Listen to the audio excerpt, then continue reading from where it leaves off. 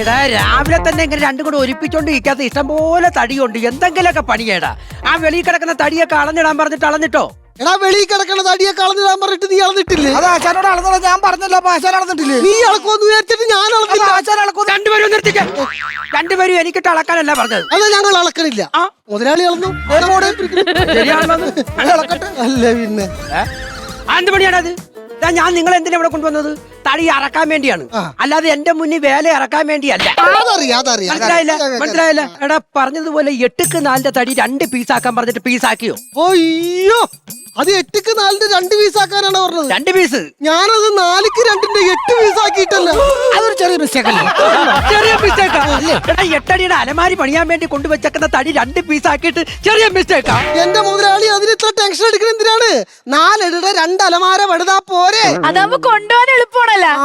എനിക്ക് ഒന്നിന്റെ മുകളിൽ ഒന്ന് കയറ്റി വെച്ചാ മതി. അങ്ങനെ മുതലാളി 8 അടി കിട്ടും ഉറപ്പാ. ആ ശരി, 8 അടി കിട്ടും ഉറപ്പാ. അങ്ങനെയാണെങ്കിൽ നീ 4 അടിയും മേടിക്കണം, നീ 4 അടിയും മേടിക്കണം.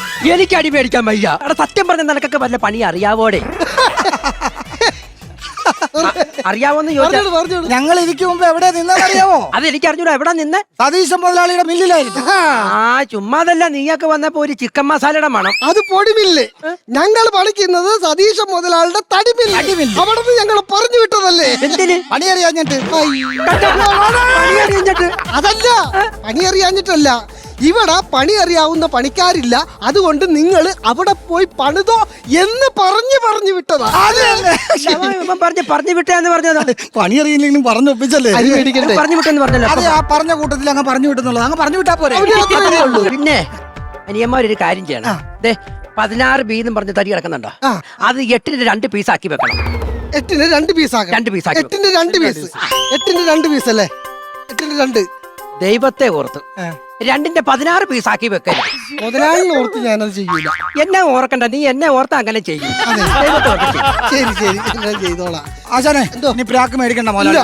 നമുക്ക് ഈ തടി അങ്ങ് നടത്തിടാം. പിന്നെ അതെ പിടിച്ചോ. 8 അടിയുടെ 2 പീസാക്കണം, അത്രയല്ലേ ഉള്ളത്.